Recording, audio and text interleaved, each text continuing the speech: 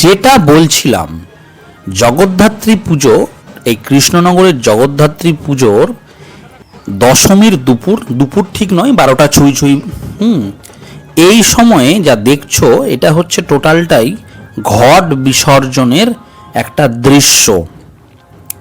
ঘট বিসর্জন, কিন্তু প্রতিমা বিসর্জন নয়।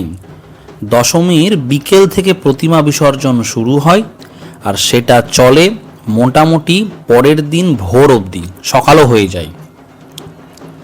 চিন্তা করে দেখো, নবমীর সারাদিন পুজো আর দশমী থেকে পরের দিন সকাল অবধি ঘট বিসর্জন, প্রতিমা বিসর্জন। আর এই হচ্ছে পালকিতে করে নিয়ে আসা হচ্ছে ঘট। সব থেকে আমার ইউনিক লেগেছে, দেখো জাস্ট পালকিতে করে ঘট নিয়ে যাওয়া হচ্ছে, প্রথমে ঘটের বিসর্জন হবে। কি অসাধারণ ইউনিক! প্রত্যেকটা ক্লাব ঠিক এইভাবেই বিভিন্ন রকমের পালকিতে করে বিসর্জনে বেরিয়েছে। আমার কাছে একদম নতুনত্ব একটা জিনিস নিজের চোখে দেখলাম। আর নবমী দশমী মানে এই দুটো দিন না, যা দেখলাম আমি, যা আমি রিয়েলাইজ করতে পারলাম,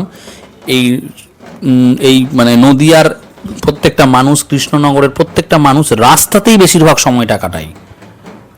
এই দেখো পালকিতে করে নিয়ে যাচ্ছে অন্য আর একটা ক্লাবের ঘট, দেখেছো? ঢাক রয়েছে, ঢাকগুলো দারুণ।